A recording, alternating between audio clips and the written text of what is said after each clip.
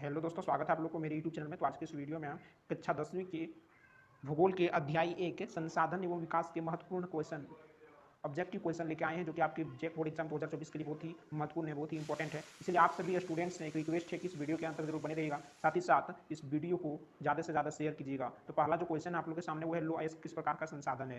तो पहला ऑप्शन है नवीकरणीय योग्य संसाधन, दूसरा ऑप्शन है जैव, तीसरा ऑप्शन है प्रवाह, चौथा ऑप्शन है अनवीकरणीय योग्य संसाधन। तो इसका आंसर जो है वो है अनवीकरणीय योग्य संसाधन, ठीक है, अनवीकरणीय योग्य संसाधन। लेकिन ये अनवीकरणीय योग्य संसाधन क्यों है? क्योंकि लो अयस्क जो है उसे एक बार उपयोग करने के बाद हम पुनः प्राप्त नहीं कर सकते हैं, इसलिए क्या इसका आंसर हो जाएगा अनवीकरणीय, ठीक ना। नवीकरणीय किसको कहते हैं? जिसे उपयोग करने के बाद पुनः प्राप्त कर सकते हैं, और अनवीकरणीय किसको कहते हैं? जिसे उपयोग करने के बाद पुनः प्राप्त नहीं कर सकते हैं। तो लो अयस्क को हम उपयोग करने के बाद पुनः प्राप्त नहीं कर सकते हैं, इसलिए ऑप्शन नंबर डी अनवीकरणीय योग्य संसाधन जो है इसका बिल्कुल सही आंसर होगा, ठीक है। अगला जो क्वेश्चन आप लोग के सामने वो है, ज्वारीय ऊर्जा निम्नलिखित में से किस प्रकार का संसाधन है। तो पहला ऑप्शन है पुनः फूर्ति योग्य, दूसरा ऑप्शन है मानवकृत, तीसरा ऑप्शन है अजय, चौथा ऑप्शन है अचक्रीय। तो ज्वारीय ऊर्जा जो है, ठीक ना, वो क्या है? पुनः पूर्ति होगी। ऑप्शन नंबर ये बिल्कुल सही आंसर है आप लोग का। अगर आप कक्षा 10वीं की तैयारी फ्री में घर बैठे अपने मोबाइल से करना चाहते हैं तो इस चैनल को सब्सक्राइब कर लें। साथ ही साथ यहाँ इंग्लिश, मैथ, साइंस और यानी कि टोटल सब्जेक्ट जेक बोर्ड एग्जाम 2024 में जितने भी सब्जेक्ट है क्लास 10 के पांचों सब्जेक्ट, ठीक है, संस्कृत छोड़कर पांचों सब्जेक्ट का तैयारी यहाँ फ्री में आप कर सकते हैं, इसलिए चैनल को जरूर से जरूर सब्सक्राइब कीजिएगा। अगला जो क्वेश्चन है, क्वेश्चन नंबर 3, पंजाब में भूमि निम्नीकरण का निम्नांकित में से मुख्य कारण क्या है। पहला ऑप्शन है गहन खेती, दूसरा ऑप्शन है वनोन्मूलन, तीसरा ऑप्शन है अधिक सिंचाई, चौथा ऑप्शन है अति पशुचारण। तो पंजाब में क्या है कि भूमि निम्नीकरण का वहाँ अति सिंचाई के कारण होता है, वहाँ पानी की मात्रा अधिक है, वहाँ सिंचाई करने की सुविधा है, इसलिए वहाँ जो भूमि निम्नीकरण हो रहा है वो अधिक सिंचाई करने से दलदल हो जा रहा है। दलदल जिसको हम लोग खट्टा में क्या बोलते हैं? दैल बोलते हैं, देल यानी कि कादो जैसा ज्यादा हो रहा है, ठीक ना। तो ऑप्शन नंबर सी जो है बिल्कुल सही आंसर है, ठीक ना। अगला क्वेश्चन है क्वेश्चन नंबर 4, निम्नांकित में से किस प्रांत में सीढ़ीदार सोपानी, जिसको सोपानी बोलते हैं, खेती की जाती है। तो सबसे पहले यहाँ दिमाग लगाने वाली बात यह है कि पंजाब जो है वो मैदानी इलाका है, हरियाणा जो है मैदानी इलाका, उत्तर प्रदेश जो यहाँ पे मैदान दे दिया है, बचा क्या? उत्तराखंड। तो उत्तराखंड ऑप्शन नंबर डी बिल्कुल सही आंसर होगा, ये कॉमन सेंस लगाएंगे तब। लेकिन अगर वैसे आप अगर अपने किताब के चैप्टर को अच्छे से रीड किए हैं तो वहाँ लिखा है साफ साफ कि सीढ़ीदार सोपानी खेती उत्तराखंड में की जाती है, जो पहाड़ी इलाका, ठीक ना, उत्तराखंड। ऑप्शन नंबर डी बिल्कुल सही आंसर है। अगला क्वेश्चन है, किस राज्य में काली मृदा पाई जाती है। तो बता दें काली मृदा जो पाई जाती है, आप लोग काली मृदा जो पाई जाती है वो गुजरात में पाई जाती है, ऑप्शन नंबर बी गुजरात में पाई जाती है, ठीक है। अगला क्वेश्चन नवीकरणीय योग्य संसाधन है। नवीकरणीय योग्य संसाधन किसको कहते हैं? सबसे पहले आप ये समझ। तो नवीकरणीय योग्य संसाधन किसे कहते हैं? सबसे पहले अगर आप ये समझ लेते हैं तो इस क्वेश्चन का सही जवाब आप दे देंगे। तो नवीकरणीय योग्य संसाधन वैसे संसाधन को कहते हैं जिसे उपयोग करने के बाद हम पुनः प्राप्त कर सकते हैं, ठीक है। जैसे पानी, पानी को हम उपयोग करने के बाद तुरंत प्राप्त कर सकते हैं। वर्षा के कारण जो होती है वो जो है नवीकरणीय संसाधन है, वो कभी खत्म होने वाला संसाधन नहीं है। भले ही मीठा पानी कम है लेकिन जो खारा पानी बहुत अधिक है। दूसरा ऑप्शन है जो है वन भी जो है नवीकरणीय संसाधन है, अगर हम इसको उपयोग करते हैं तो ये कभी खत्म नहीं होगा, लेकिन अगर डायरेक्ट जड़ से काट दें, ठीक ना, तब ये खत्म हो सकता है, लेकिन कुछ मामलों में जो है ये नवीकरणीय संसाधन है। तो क्वेश्चन नंबर 6 का ऑप्शन नंबर ये 1, ऑप्शन नंबर बी जल, ऑप्शन नंबर सी पवन ऊर्जा, ये तीनों सही है, यानी कि ऑप्शन नंबर डी जो है बिल्कुल सही आंसर है। नवीकरणीय संसाधन मतलब जिसे उपयोग करने के बाद हम पुनः प्राप्त कर सकते हैं, जो कभी खत्म नहीं होगा, उसे नवीकरणीय संसाधन कहते हैं। जैसे पवन ऊर्जा, पवन ऊर्जा कभी हवा खत्म होगा नहीं होगा, हवा जब तक जंगल रहेगा तब तक हवा खत्म नहीं होगा, ठीक ना।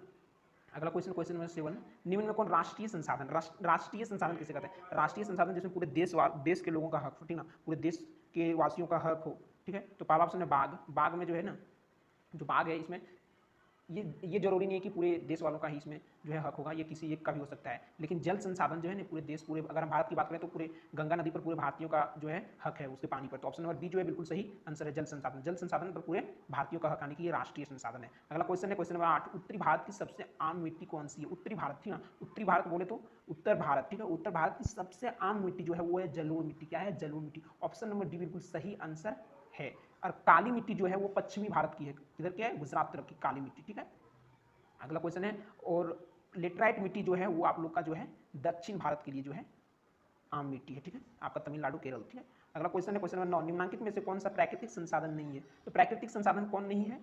प्राकृतिक संसाधन वैसे संसाधन को कहते हैं जो अपने आप बना हो, ठीक है, जिसे प्राकृतिक ने बनाया, उसमें मानव का कोई हस्तक्षेप ना रहा हो। तो जल प्राकृतिक संसाधन है, खनिज प्राकृतिक, भूमि भी प्राकृतिक, लेकिन भवन कौन बनाया है? घर कौन बनाया है? आदमी बनाया है। तो प्राकृतिक संसाधन है क्या? नहीं है। तो ऑप्शन नंबर डी बिल्कुल सही आंसर है। अगर आप लोग को ये क्वेश्चन हम समझा रहा हूँ अगर समझ में नहीं आ रहा है तो आप लोग कमेंट में जरूर बताइएगा, हम फिर से वीडियो बनाएंगे। साथ ही साथ आपको किस टॉपिक पर, कौन से चैप्टर पर वीडियो चाहिए वो कमेंट में आप लोग जरूर बताइएगा। तो क्या नवीकरणीय संसाधन, ऑप्शन नंबर ए बिल्कुल आंसर। अगला क्वेश्चन है, पूर्वी तट के नदी डेल्टाओं में किस प्रकार की मृदा पाई जाती है। तो ये जलोढ़ मृदा पाई जाती है। कैसी मृदा? जलोढ़ मृदा। क्वेश्चन जो है 2022 में पूछा गया था, ठीक ना, 2022 में, और शायद 2023 में पूछा गया था, सॉरी 2023 में पूछा गया था।